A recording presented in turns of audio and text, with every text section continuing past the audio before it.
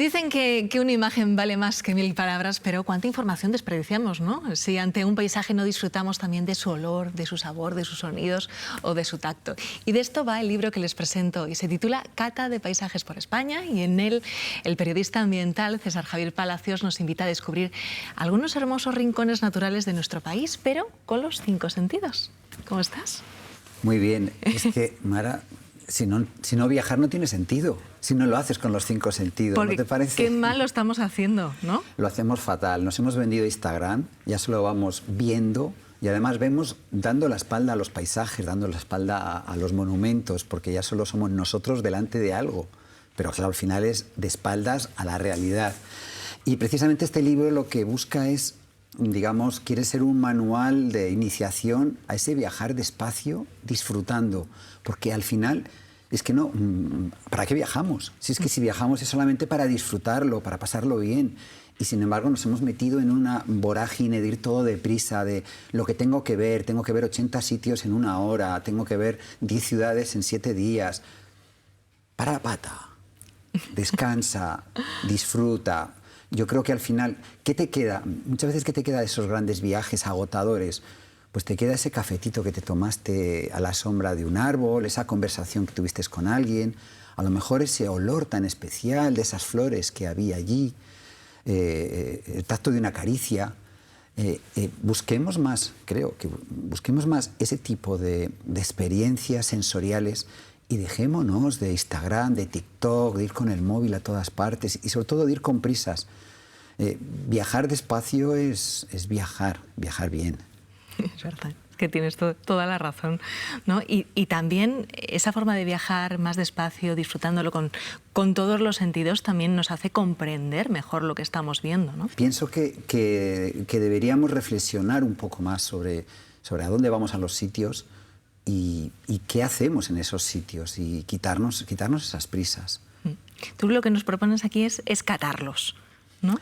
Es catarlo igual que un vino. Me gusta mucho el mundo del vino y me sorprende siempre, incluso también cuando se cata un aceite o cuando se cata otro tipo de alimentos, pero en el vino, claro, enseguida todos buscamos ese paisaje que hay detrás del vino.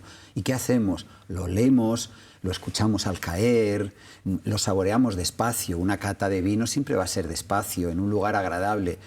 Bueno, ¿y por qué somos capaces de encontrar el paisaje en una copa de vino con calma y no somos capaces de encontrar el paisaje cuando paseamos por el paisaje? Yo creo que es un buen ejemplo, ¿no? el de la cata de los vinos, y que además nos ayuda a desarrollar los sentidos. Creo, porque además lo he hablado con mucha gente, que cada vez tenemos los sentidos más atrofiados. Somos muy visuales.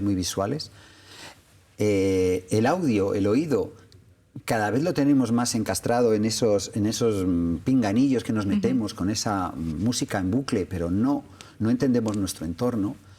Y ya, por ejemplo, lo del olfato, el olfato lo tenemos absolutamente olvidado. Y yo creo que no es fácil volver a reconectar con nuestros sentidos. Hace falta ejercitarlos. Hace falta también afinar el oído para, entre todo ese lío de sonidos que nos pueden llegar de todas partes, descubramos y disfrutemos el sonido del viento, pero el viento atravesando unas hojas que no son igual en un bosque que en otro, que no son igual en un mirador que en un valle o junto al mar. Eso requiere también pues todo un proceso y todo un aprendizaje, que creo que si lo empezamos a hacer vamos a disfrutar mucho con ello. Porque ¿cómo catas tú un paisaje? ¿Cómo lo haces? Lo cato con calma, y lo catas en silencio. Digamos que primero tiene que ser algo introspectivo, luego ya te pones a explicarlo si vas con alguien y a comentarlo, que también es un ejercicio precioso, ¿no? ¿Te has dado cuenta? ¿Lo has notado? Pero primero tienes que abrirte a los sentidos. Y algo interesante es decir, bueno, no olvidarme ningún sentido. A ver, ¿qué puedo tocar aquí? ¿No? Cuando estás en un sitio y dices, ¿qué puedo tocar aquí? Dices, que no hay nada, a lo mejor el muro del mirador en el que estoy.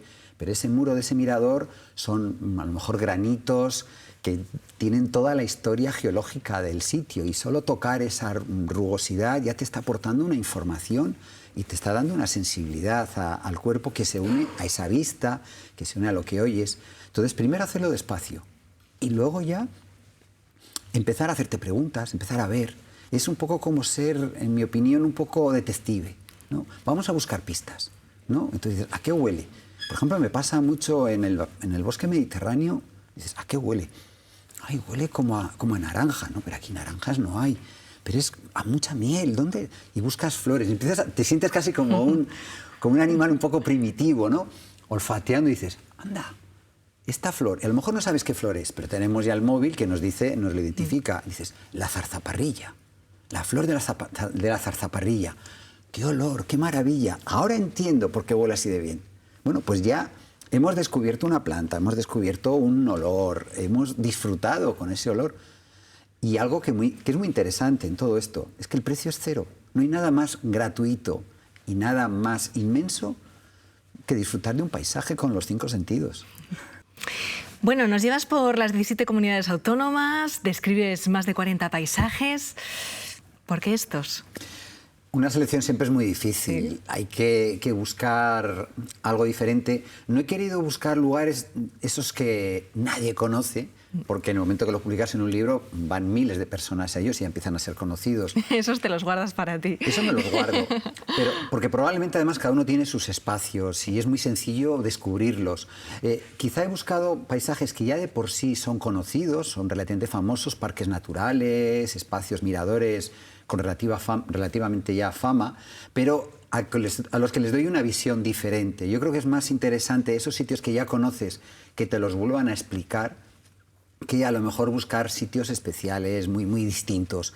Y luego también he querido hacer un homenaje a esos lugares que les mal consideramos. Por ejemplo, a los desiertos. El pasear por el desierto de Tabernas, pasear por los arenales del norte de Lanzarote. Son lugares con una vida extraordinaria a los que nosotros muchas veces decimos, aquí no hay nada. Pues no, hay mucho que ver y mucho que escuchar y que oler en esos espacios. Por supuesto, hay que estar en el mar, pero también en la montaña, en el bosque. He querido un poco tocar todos los ecosistemas de todas las comunidades autónomas, pero buscando también eso que muchas veces pensamos que no tiene interés y que yo creo que en los pequeños detalles están las grandes historias. Pero la tierra tira, ¿eh? Porque se nota que Castilla y León tiene unos cuantos más y Canarias. Y Canarias. Que has vivido tantos años. Que ya soy canario adoptivo.